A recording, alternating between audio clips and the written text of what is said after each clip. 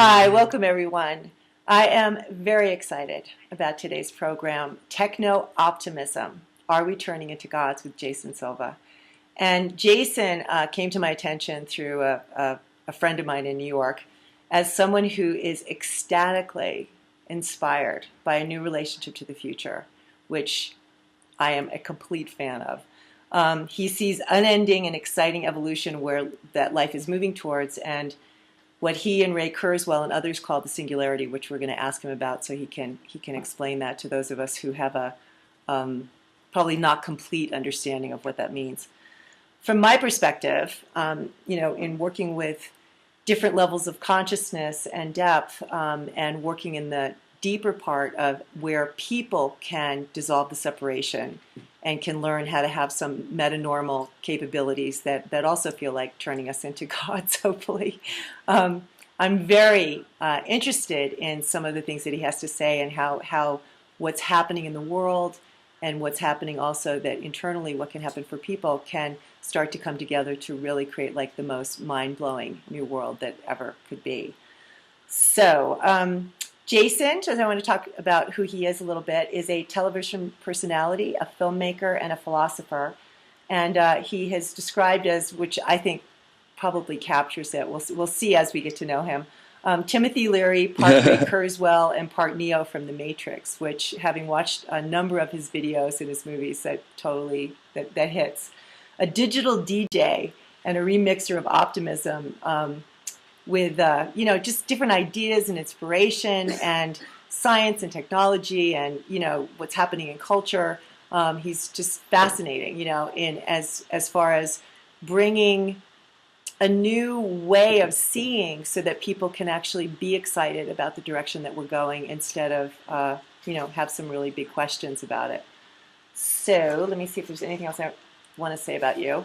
For 6 years you were a presenter with Current TV, the Emmy award-winning independent cable network with Al Gore, and that you've launched a series of micro-documentaries exploring the coevolution of humans and technology, and you're creating a 3D documentary on technological singularity. So it sounds like you're very busy. And what was the thing you have, like 2-minute things you call espresso, what? Inspirational espresso? Yeah, I thought...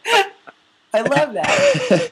Well, I think because media is changing so much and the internet is creating such disruptive innovation, I think that it's, we constantly need to reinvent how we package and disseminate inspiration and ideas. When we invented the book, we had to sort of develop the novel in the format of the novel. When we developed the television, we had to create the sitcom. And I think in the age of the internet, we're kind of still looking for what is the new kind of format. Cool. And so I like this idea that I'm just kind of like inventing the kind of media that I want to make now. And so I call them shots of philosophical espresso. That's good. And I think in an age where we're so saturated with media, I don't feel entitled to ask people necessarily for 30 minutes of their time or 40 minutes of their time, but I feel like I can ask them for 2 minutes of their time. And so I try to pack as many meta patterns per second into those 2 minutes as possible to give them really a sort of espresso, energizing feeling of philosophical awe. And so far it's been really resonating. We just hit 100,000 views on our third video.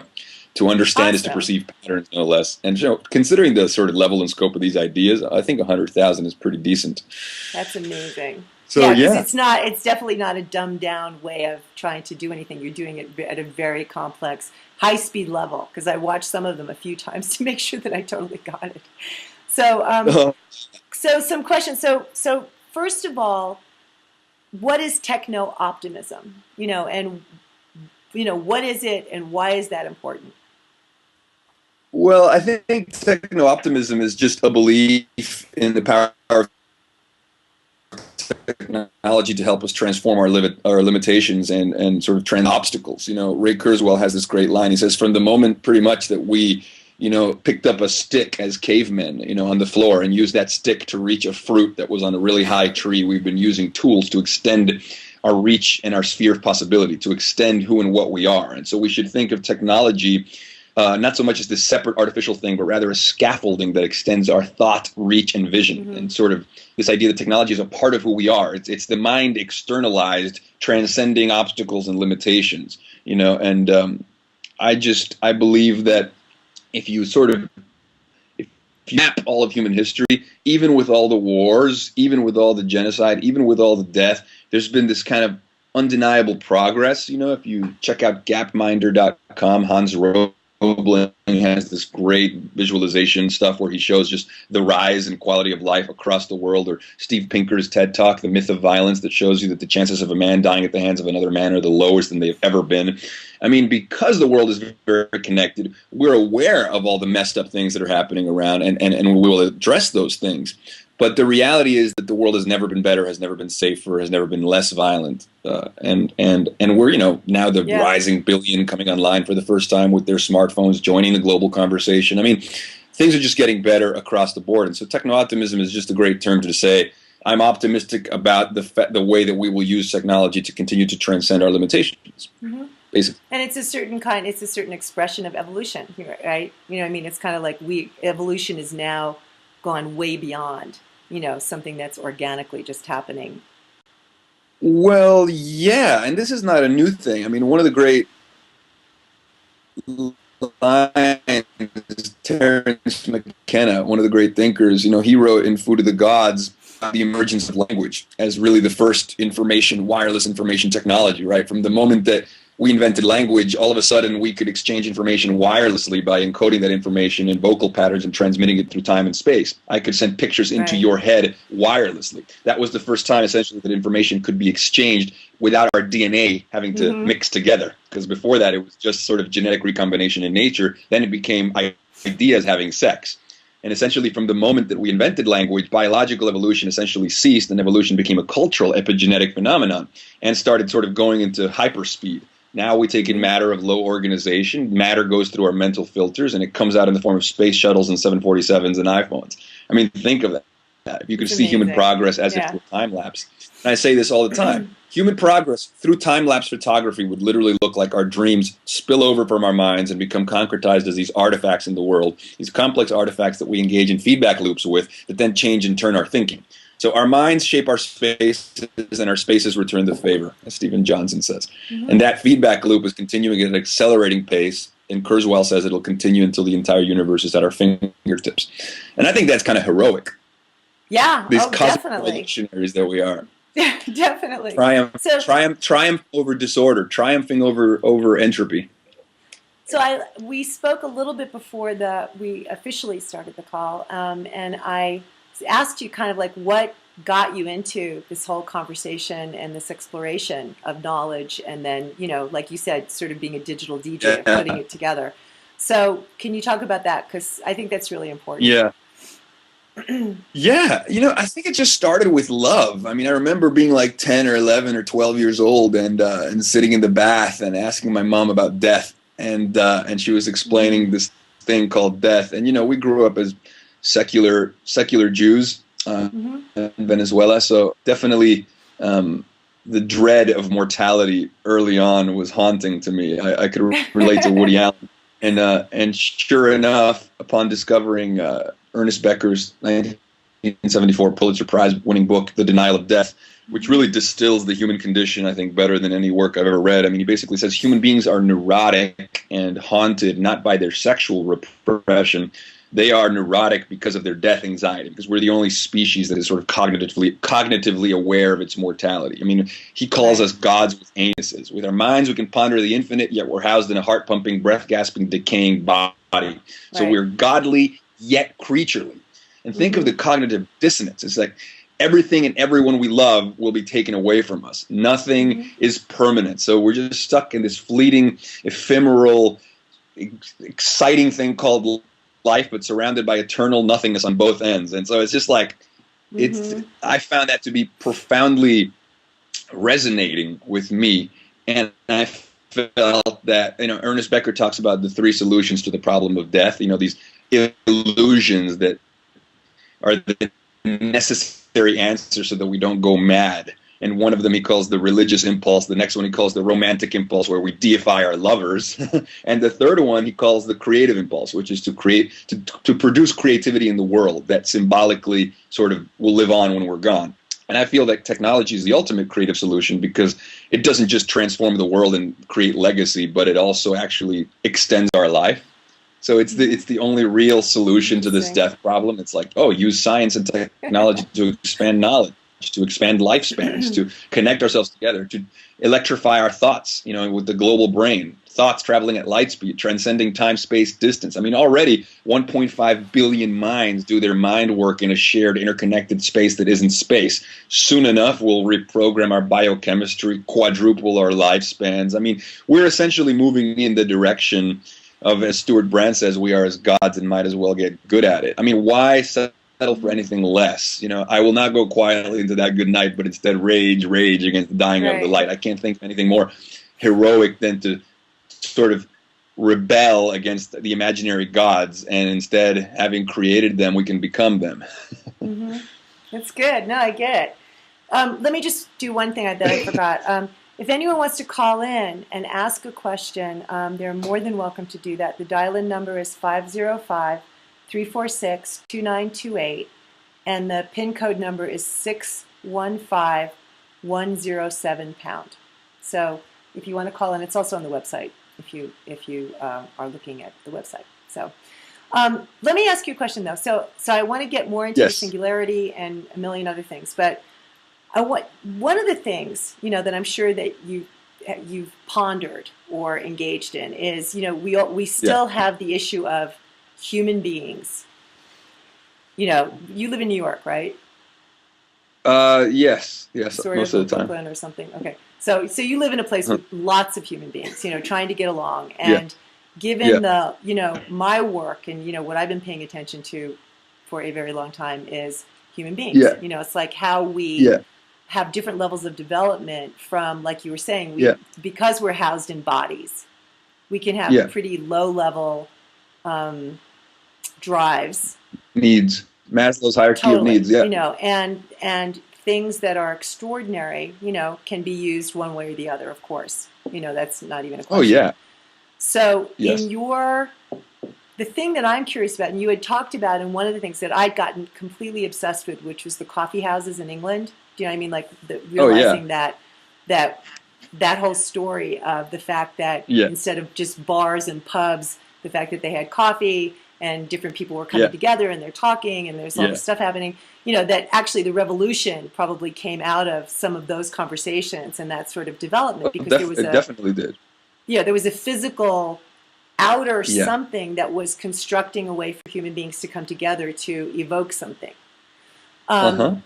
But there's still the development of human beings. So there's the technology can help us. Like, I know that by being connected on the internet, I feel the connectivity. I feel something happening by engaging in that.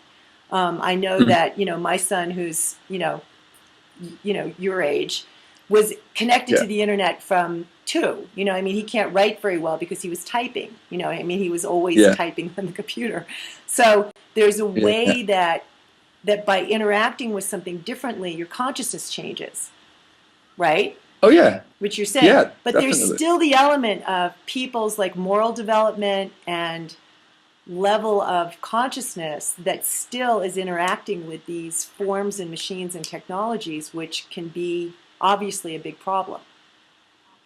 Because if they're not very conscious and they're selfish and crazy. I think that we make a mistake in making a distinction between what's within the skin bag and what's outside the skin bag, because cultural evolution is a technology. Culture is a technology. It's a way of weaving together a sort of consensus trance so that we can kind of acknowledge each other as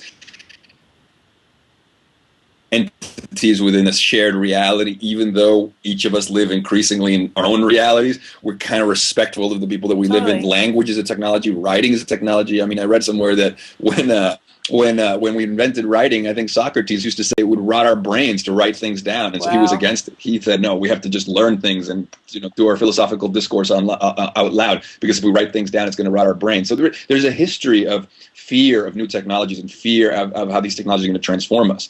But when people, like I said, when we first did writing, that was the issue. When the telephone was first invented, people had a problem with that. They were like, oh, this is the work of the devil. Who are these voices on the end of these wires? I mean, we're always afraid, but in the end we assimilate them and they become who and what we are. Andy Clark is a PhD philosopher cognitive philosopher, and he wrote a book called Natural Born Cyborgs, and it's a great treatise on this idea. So what he says is that the mind exists in a baffling dance between brains and their environments and their tools. So it's we're not just brain. We are the feedback loops that are ongoing between our tools, between our pictures, between the things we read. You know, when we write things, when we're solving a math problem on paper, like part of our thinking is occurring on the paper, not just in our brain. Right. And so I think that part of recognizing those feedback loops is the first step to understanding why these tools are not necessarily something we should fear, but instead embrace. I mean, yes, that's a point. I mean, I do think there are people that definitely have that conversation, but I'm clear that the influence, do you know what I mean? Like, where does your mind end and mine begin, right? You know, my skull. Right. Of course not. So yeah. Or where am I as I speak to you? Anyway, I mean, you're hearing me over there. I mean, where is my mind right now? Right. Where is my thinking occurring? Right. Cyberspace, space that isn't space. So I mean, from the inner standpoint, I work with that. I mean, I totally agree with that. You know, as far as like that it's all influence and connectivity, and there's ways of feeling from inside, and you know, like where are you? So, but what I'm wondering is, do you think? Because I'm kind of hopeful about this, but because it's never happened before in the existence of humanity. Right. That we have the level of interconnectivity and the level of something happening simultaneously, so that because writing did not change completely the consciousness of humanity, you still had the Hitlers, and I mean you still have like crazy, insane people, and you have people that are in sort of very normal levels of consciousness, and you have people that are at high levels of consciousness and development. Okay, you know, that's been since the beginning of time. The question is, do you think, or do you have anything to say about that because of the connectivity that's happening, that maybe the consciousness can actually raise for people as well, so that there's some level that's shared that can pop something and awaken people in a way that it never has before? Sure. I mean, you know, yes, you can always ask these questions about these powerful tools increasing the levels of our thought, the levels of our reach, the levels of our vision. Probably the guy that discovered fire was burned at the stake by his contemporaries. Right. You could use the technology of the alphabet to engender alphabetic rapture with Shakespeare, or you can use the technology of the alphabet to compose hate speech. So really these tools that extend who and what we are can be used in any direction. But that's where I think the cultural narrative, like you're saying, is so important, you know, the sort of consensus cultural narrative. And I think that, you know, I think we're on our way. You know, I would point people to, you know, Hans Robling's work on Gapminder. I would point people to Steve Pinker's work on the myth of violence, because they map the fact that the 20th century, even with Hitler, even with genocide, even with everything that's happened, like the world is still moving in a direction of getting better and getting safer and getting less violent, you know, in spite of the horrors that have occurred. They take what they call the long view, you know, the long history view. And I think there's reason to be hopeful that we'll get there. You know, I think the fact that like memes now, you know, this term used for ideas that are alive, ideas that are just as real as the neurons they inhabit, ideas that have infectivity, that have spreading power, that have retained the properties of organisms, ideas that leap from brain to brain, competing for the resources of our attention. You know, like this is really exciting. You know why? The reason this is exciting is because even though ideas are not made of nucleic acid, ideas have achieved more evolutionary change at a rate that leaves the old gene panting far behind. Richard Dawkins calls ideas the new replicators. And so I'm confident that what we can all do is contribute to that marketplace of ideas, do what we can to make sure that the memes that are spreading around the world are great memes, because we're all transistors in a vast informational continuum now. We can participate in spreading the memes that elevate the culture. It's what we share. It's what we like on Facebook. It's what we tweet about. We're all co-curators. It's not just a mainstream media anymore. So really, it's a chance for us to author ourselves, to write ourselves into higher states of consciousness by participating in the meta-narrative that we write. So here's another question. So one of the memes from the postmodern culture, one of the things that we are being very much shaped by has to do with there's inspiration. People are going with the flow, like you said. Short attention spans. Kind of moving on with things, but a level of commitment. Of actually like what does it take to actually embody something is a very different conversation. I don't think I would be alone in saying that it's easy to find people that are inspired, but that don't enact actually making things happen in any real way. They just kind of keep flowing around and, doing whatever they're doing. So in the postmodern culture, there's a lot of that. There's a lot of nothing, like sort of morally, like getting grounded in a certain way. So that's also important, as far as like the ideas inspiring us, but then there's going to have to be some shifts in the way that people are operating, because there isn't enough of that kind of make it happen. I mean, I don't know if you see that, but in my experience, that's part of the cultural meme that we're swimming in. Or maybe you don't see it. I don't know. I think you change the media, you change the culture, as McLuhan used to say. And I find one of the best examples of this transformation is the success of the TED conference. Well, the minute they started putting those videos online for free, I mean, the success of those videos, the virality of that content, when you consider the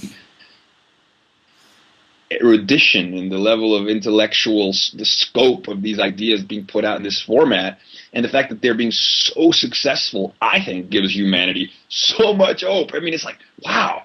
Like, it's not just LOL cat videos that are doing well on YouTube. Right. It's like TED videos are getting millions of views, and all these people that are watching these talks are having downloads. They're being transformed by these inceptions, and then they, in turn, will share those talks with their networks, and so on and so forth. I mean, look, not everybody is a node. Not everybody is a hub connected to millions of other peoples, but potentially we can all move in that direction. We can all become, nodes and put out mimetic content, or even help in the distribution of that mimetic content. How that will self-organize. But just let me ask you something. But what I'm saying is like, it's not, I don't think that the spread of the conversation and the inspiration is missing. I absolutely think that that's like on fire, and that's really happening, and it's really important. I agree. I completely agree. What I'm saying is that part of the mimetic code of the particular cultural paradigm that we're in, which is a postmodern paradigm, which has certain kinds of things, just like, my parents' paradigm, which was conventional. Everybody stayed married. There was a right way, there was a wrong way. You wore white gloves to church, or, there was a certain way that, Mad Men, you watch Mad Men, and it's a different paradigm than the one we're in. But we're in one. We're not in one. So what I'm saying is that there's also, having, also infusing, like, what does it take? What do people need to then enact the inspiration, to be able to do the things that they're inspired about, to have the stamina, the strength, because it takes something, it's still, that part of us is still human in a certain way. I don't know. I think that we shouldn't underestimate the key role that just even sharing the inspiration will have, because I think that when we get the long view, again, if we zoom out and we start to see the transformation in 10, 15, 20 years, we will see the seeds that have been planted by this age, in which we have transcended time, space, and distance. We become post-geographical beings, where minds can coalesce and self-organize around shared passions, and they're not limited by who lives in their town or who lives in their state, but rather they can just be like, oh, I'm really into this stuff. You live on the other side of the planet. You're really into this stuff. Let's start a group and collaborate on something. There's so much trans-geographic collaboration happening now that I can't help but see that just grow exponentially. No, that's good. I got it. But a wonderful exchange. Yeah. Yeah, no, it is. I mean, it's just a question. It's kind of like, there's certain, I'm looking at it from the sort of human development side of it, which is more the world I've Yeah. been in for 40 years, of paying Yeah. attention Yeah. to like, how is it that human beings, develop and dissolve and go to those higher states of Maslow's thing and not get stuck in the lower ones, et cetera, et cetera. So, talk about Well, what it's the interesting. singularity. Okay, go ahead. Okay. Sorry. No, go ahead. Talk about the Um, singularity. yeah, so just make that vivid so that people understand what Well, that the is. singularity, the singularity is a metaphor. That's the first thing that people need to understand. It's a metaphor that's borrowed from a physics term to describe what happens when you go through a black hole. In physics, the metaphor singularity means, essentially, my understanding is all the laws of physics as we know them collapse, become unpredictable once you go through a black hole. So it's like you can't really fathom what happens at that point, right? So people who work in information technology, particularly Ray Kurzweil, who makes these trends about how information technology is progressing, have borrowed and popularized that metaphor and applied it to the exponential growth curves of information technology. Now, what happens is the human brain, evolved in a world that was linear and local, but it turns out that we're living in a world that is global and exponential, and it's Right. counterintuitive to the way our brains are wired to understand these exponential growth curves of technology. One of the examples that he gives is if you take 30 steps linearly, 1, 2, 3, 4, 5, 30 steps later, you're at 30. That's how the brain interprets reality.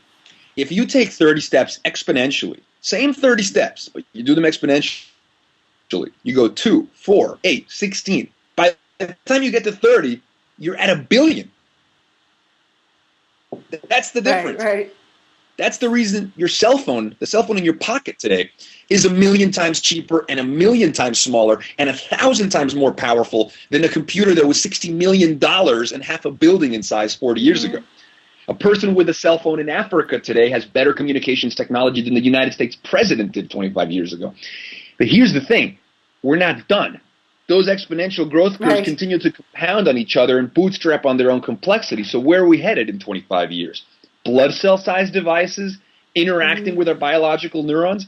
We're not going to be interfacing with cyberspace through squared screens. We're going to hack into our nervous systems. We're going to exist in virtual realities. And guess what? Information technology spilling over also into biotech. We created the first synthetic organism a couple of years ago. Craig Venter, right? Artificial life, synthetic biology, designing with the canvas of life itself. So it's like, what it's pointing to is just a radical redefinition of what we can do and what's possible. It's sort of a blank canvas, and we get to a point where we don't even have the cognitive bandwidth to sort of narrate what comes next. And that's why Kurzweil calls it a singularity. He says, well, at that point, when we have the next billion-fold increase in price and performance and miniaturization, when the blood cell-sized device is 1,000,000,000,000 times more powerful than the iPhone, and it's in our minds, how will we think at that point? He says, well, that's why we call it a singularity, because you can't imagine it just the same way that we couldn't imagine the world post-language before we invented language. There's been singularities before. The invention of language was the first one. You could even say the agricultural revolution, the information technology revolution, singularities, right? But the next one, holy moly, it gets really exciting because we're seeing it happening faster and faster, not across multiple generations, but almost in real time. I mean, 5 years ago, Facebook didn't exist, right? Right. 7 years ago, Google didn't exist. Now that's like so embedded in our realities, and it just gets faster and faster and faster. So it's just a great metaphor that's utterly captivating that I find just like, I don't know, as exciting as maybe seeing the space shuttle take off for the first time, It's interesting too, because where I remember reading part of Ray Kurzweil's book. I didn't read the whole thing, but when he was talking about like the idea of like learning French, I have to learn that completely linearly, and if you speak, Right. I know you're from Venezuela, so you speak Yeah. Portuguese or Spanish. Spanish. So Spanish. all right, so you speak Yeah. Spanish perfectly. If I had a chip in my mind that could link to the chip in your head, then I could speak Spanish Oh, yeah. perfectly like that. So I thought, Oh yeah. what that's going to be crazy. It's like there's a certain kind of like, what if it goes I mean, that's just one little piece of going in a certain direction that blows your mind. Then you wouldn't have to like learn things. Right, and it sounds crazy, right? And do you know what else is crazy? It's kind of crazy. This crazy machine that's shaped like a bird, and it takes 500 people through the air. It flies through the sky, over oceans, in the clouds. It flies, and now they put this thing on it where you can like actually call through the telephone and hear other people across the world. You press a few buttons, and you can hear another person on the other side of the planet, but without a delay. It's crazy, right? No, I mean, everything we take for granted today is crazy. It's all crazy. Technology. You know what cell phones give us? They give us technologically mediated telepathy. Send your thoughts through time and space with SMS messages. And if here's a piece on that, though. Yes. Because I was listening to your thing about telepathy, and I have like a whole thing about that. Because part of what I'm teaching... Amber Case. Amber Case was to put that term out. She's a cyborg anthropologist. Oh, yeah? Okay. Part of what I'm teaching in working with some very high-level committed groups of people is real telepathy. Do you know what I mean? So that you actually have a collective group where you can literally get inside of whoever's mind, you start connecting, you start thinking each other's thoughts, et cetera, and that one of the things that Sri Aurobindo talked about as far as developing like a utopian society was that unless you had that deep level of connectivity and empathy, it's easy to feel separate and then do something to you that I wouldn't do if I could feel you like I feel myself, right? So, at least part of what I'm doing is trying to like do that sort of extreme work as far as like the internet, the inner net, where you start to actually have those capabilities. There were people that are gifted, that are enlightened that could bilocate. They could all of a sudden just disappear and show up someplace else without an airplane. So, I mean, that's real. But here's the thing. You know how we're Buckminster Fuller used to say, start with the universe, okay? And you look at Earth as a single planetary system. You can't separate yourself from the system in which you are embodied. So if we're all part of a global system, we need to stop thinking of these technologies as these separate artificial things. Like you're even saying, real telepathy versus like the technology for that. But if you look at the Earth as a single system, the same biosphere that sprouted flowers and sprouted humans sprouted the microchip and the iPhone. It came out of the same biosphere. We are of nature. So anything that comes from us is of nature. The iPhone is no different than the neocortex in terms of being something that nature came up with to provide a function. I'm not arguing that at all. What I'm saying though is do you include you and I are we you and I are being telepathic right now. We couldn't have done this interview without this tool. But this tool is not unnatural. This tool is just nature's cutting edge so far. I totally agree, but I'm saying there's do you know Ken Wilber's work at all? About the different spheres, like looking at different areas. So the subjective area, the inner part is as real as the upper right quadrant, the lower right, which is the outer expressions, which is part of what you're the most excited about. It's all one, but there are distinctions.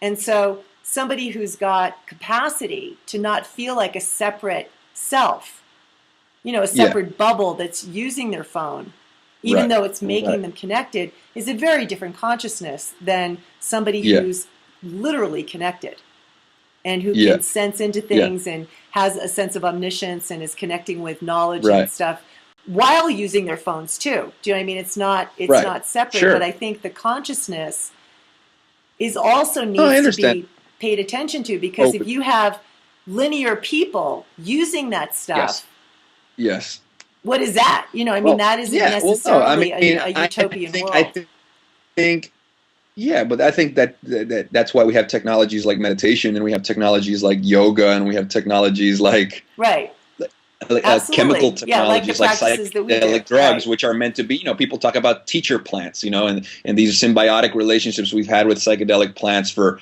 10,000 years, and they're meant to expand our consciousness, or at least remove us from context so dramatically so that we may gawk in amazement at the ubiquitous everyday wonders we're culturally conditioned to ignore. And as that was Tom Robbins describing what the plant genies do. But ultimately, yes, I'm with you.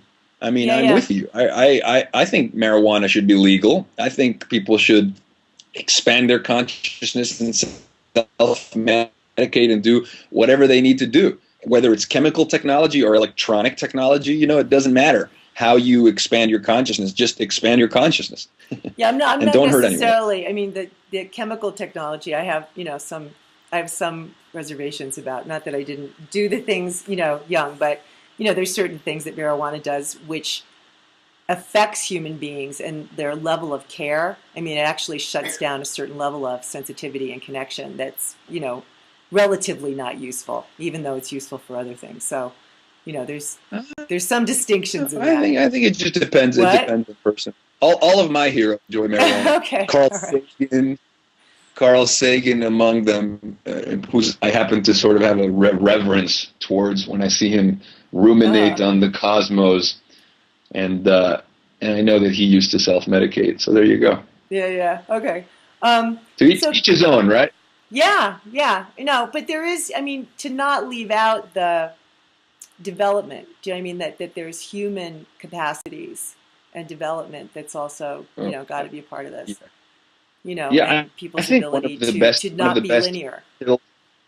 Yeah, well, what do you think about films? I think films are probably the greatest art form mankind has ever devised. Absolutely. And I think as a technology for illumination, and I'm not saying all films provide this, but some of the best films do take you on a Joseph Campbell-esque hero's journey. It's a departure from the ordinary. It's a shared dream. The audience comes into that dream, goes on that journey that departs the ordinary, transcends psychological obstacles, has a catharsis. It doesn't matter that it was induced by a virtual medium. If the catharsis is real, the catharsis is real. It doesn't matter if you got it from taking ayahuasca or from watching an amazing film or from taking an actual geographical trip that transformed you. However the catharsis comes. Yeah, the inspiration is there, but the piece that I'm just going to keep holding here is, having worked with lots of human beings, more than you can imagine, is inspiration is one thing. Being the hero on the journey is another. So the support and the ways in which society is constructed, the way in which we're interrelating with each other in whatever forms, being inspired and being a hero is a totally different deal. It's like people's inner character and musculature around that is absolutely can't be dropped out, because otherwise nothing happens. Nothing is really happening. No, you're right. Because we still need that part.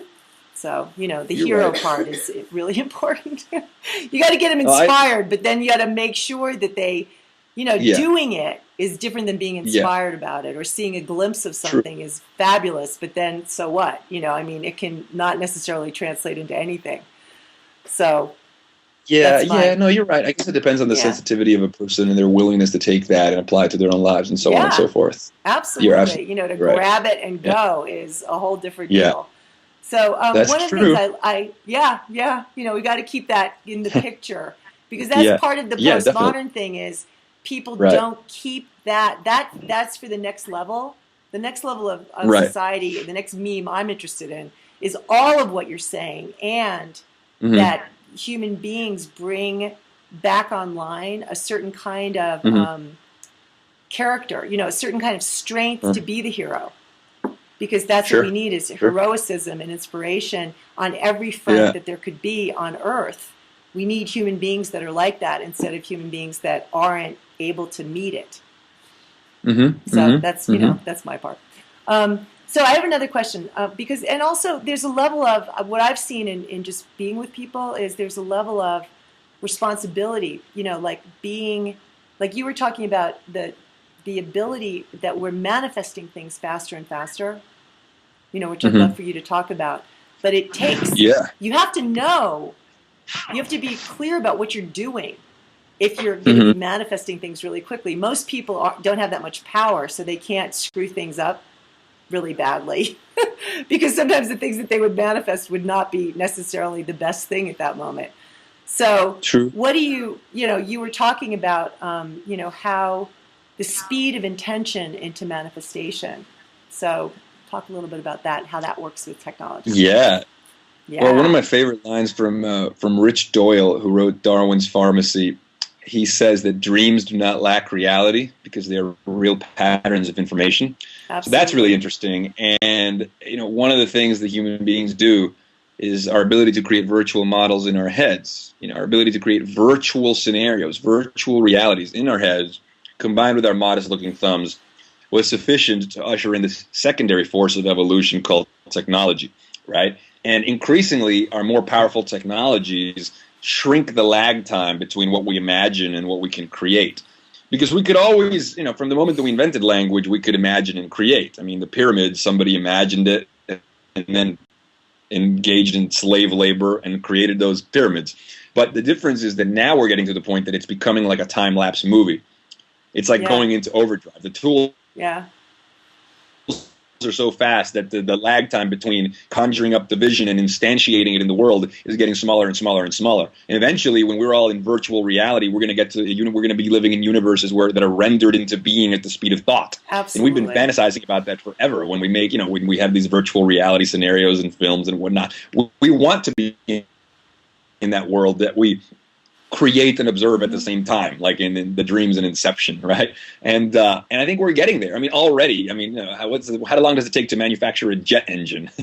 I mean, I think only a few months, right? Once the plans are done. And so it's just, I definitely believe that that's happening. And even in a more tangible, like everyman kind of way, the tools to create media. Right, media used to be this really expensive thing. You needed like a $35,000 camera that was the size, shoulder mounted and whatnot to create video and media.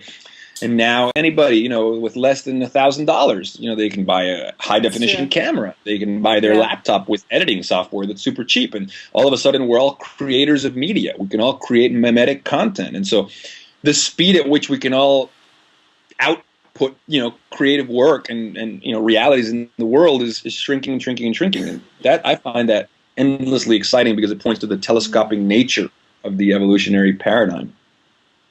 Yeah, I think it also reflects the truth of the kind of capacities we actually have. Because I'm sure you've experienced it, that you go into a certain state and stuff just starts manifesting faster, and it just happens when you go into a flow state. Well, that's the thing. Totally. It's almost like it's kind of both going on. We live in a trippy reality. I mean, when you look at the things that we mostly, whether it's because of the brain's hedonic adaptation, anything that's always around becomes invisible. We lose the awe, we lose the wonder. But we're pretty extraordinary. Sophocles said, "Manifold the wonders, nothing towers more wondrous than man." I'm kind of in awe of who and what we are. We go to space, we look at the Earth from space, we have satellite television, we have jet engines, calculators.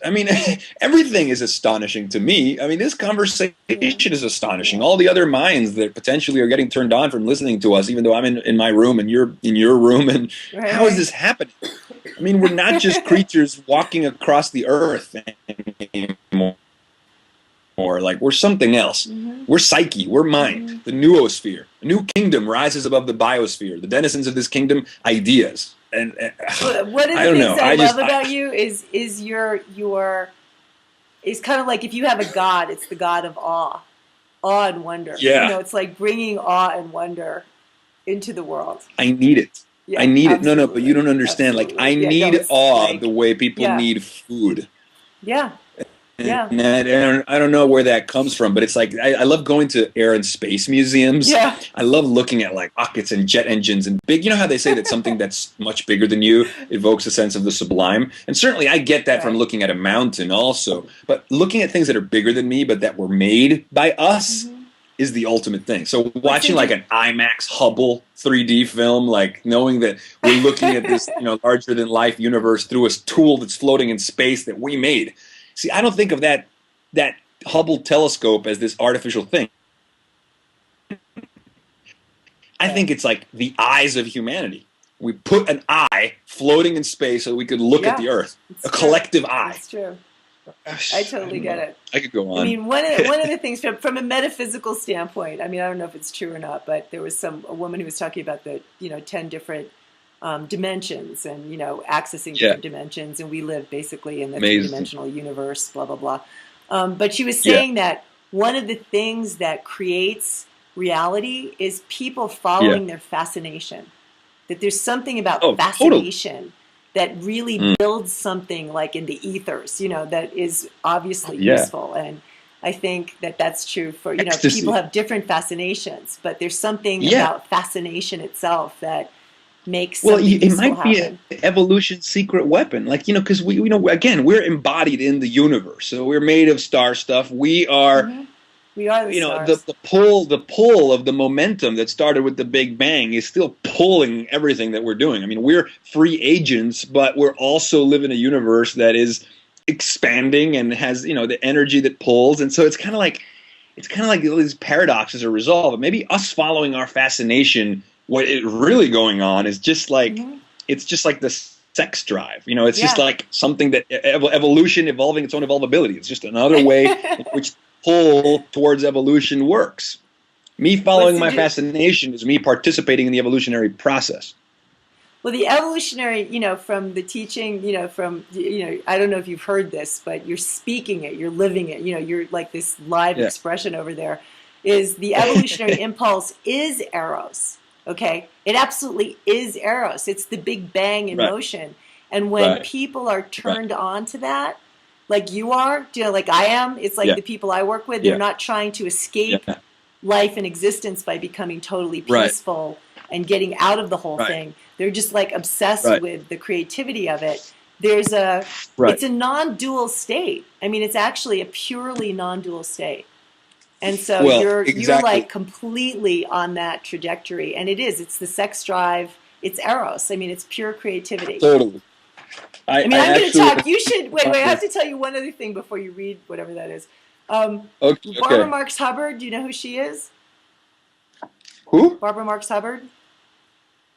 Is Do you know who she is? No. Okay, all right. So you should check her out. All right. So she's been Okay. on this forever, and she's 85 years old. Okay, and we're going to be doing a show on it. She calls it super sex, which is it's all about, like you were saying, it's called uniting the genius of creating together, which I is love it. totally what you're talking about, right? I mean, you would love her. She is I love so it. alive and so out there. But you were, what Wow. was it you were saying about, about joining genius? So it's all about super Yeah, well, sex.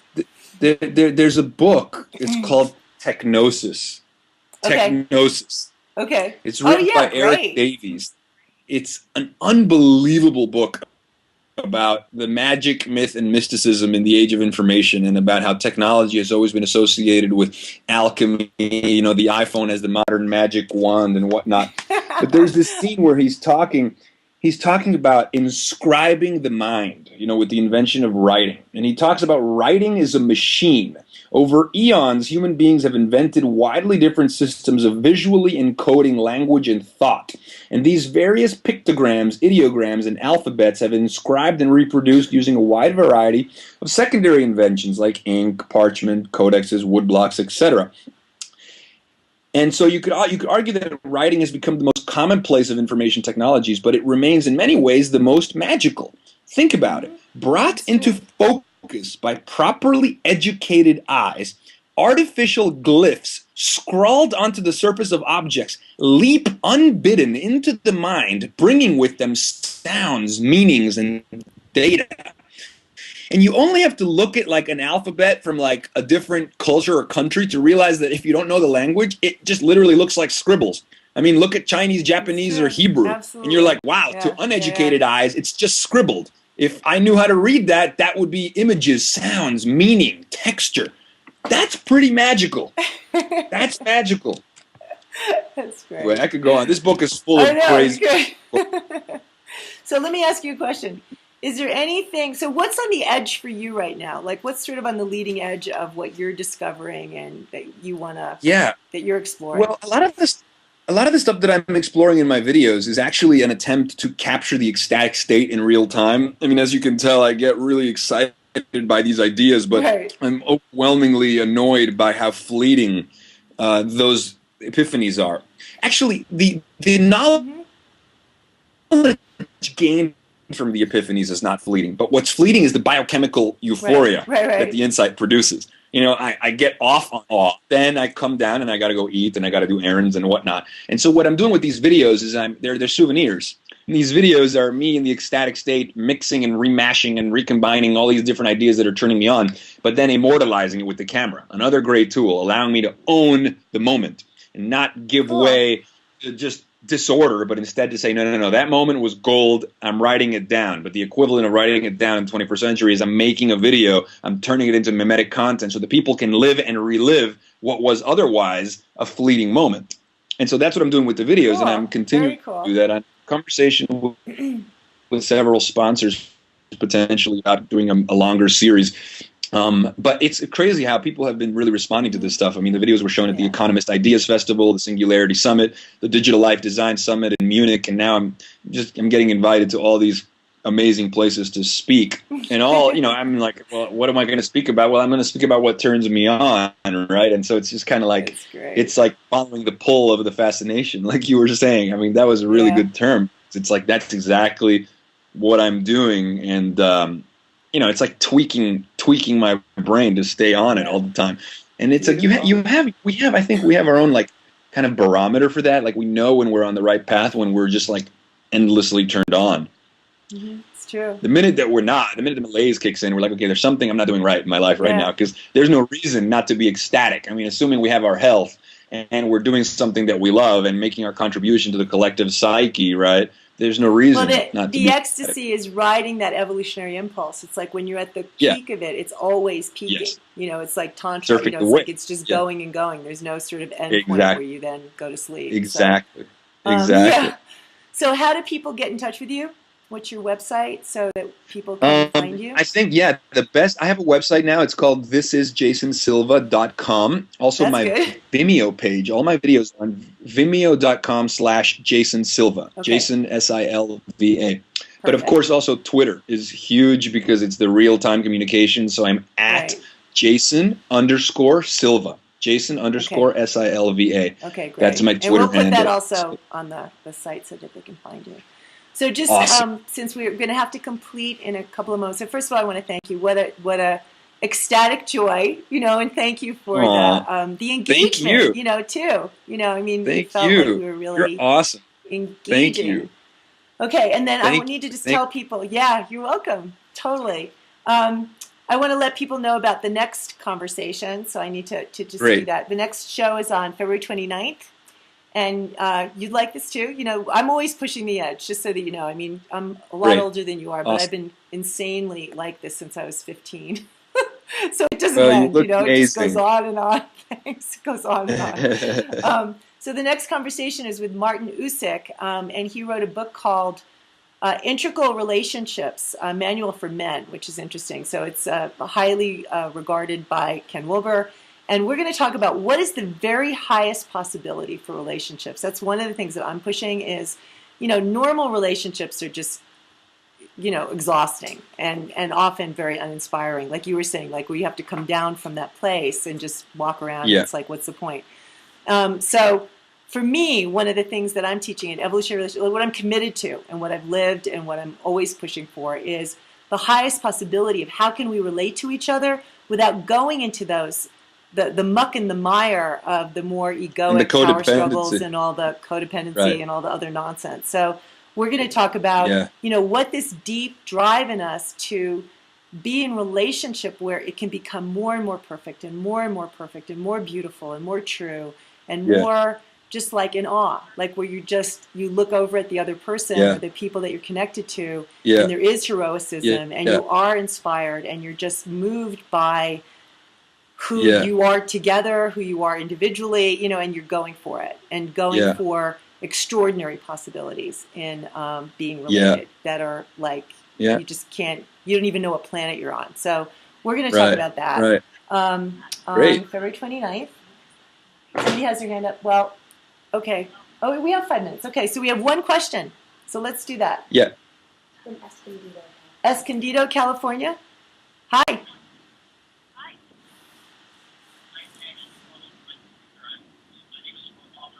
Hi.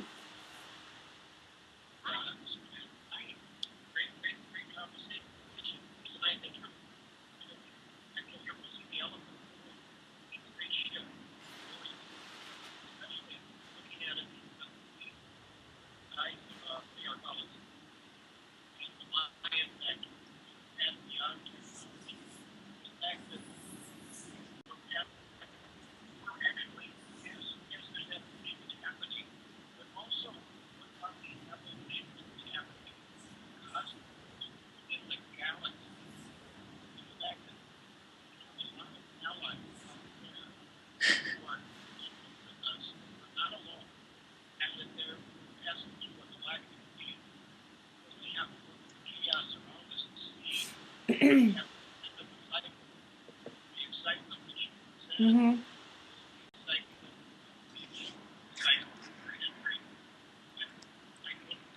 Yeah, the unity consciousness, right? The unity. Right. Yeah. No, thank you for bringing that up. I mean, obviously, the thing that I think Jason would agree with is there's always the mystery. There's always so many layers that we don't even have a clue about of what's influencing us and what we're influencing and what's coming and Well, what could happen. And totally. And so I'm I agree endlessly with that. fascinated, particularly by the recurring patterns across Right.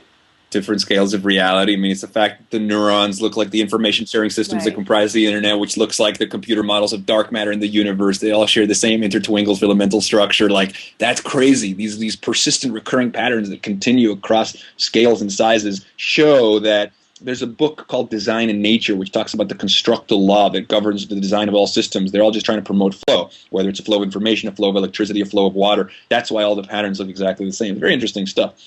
As far as intelligent life in the cosmos, I mean, there's got to be some somewhere. I love the movie Contact with Jodie Foster. I think it does Right. a wonderful narrative of what that might be Yeah. like were we to make Yeah. one day contact. I can't wait personally until we find another like Earth type planet. It's going to be exciting. Yeah. So I appreciate what you said. I definitely, Nassim Haramein is another one of my heroes, and yeah, I also think that, like Jason was saying, like it goes and goes to places where you can't think anymore. I'm sure there are layers of mystery. There are things that we can't Definitely. even tune into, layers of reality that are existing in this, like right in my room Sure. right now. That we're Well, of not course, in look touch through with it. Look because through we a have the telescope or capacity through a for it. microscope. Right. So, You know, if you look through a that's good. telescope and through a microscope, you immediately see realities that you're not privy to. That's why I think technology Definitely. is psychedelic. Technology Definitely. is, I mean, the LSD, computers are the LSD of the 90s, as Timothy Leary said. That's great. Okay.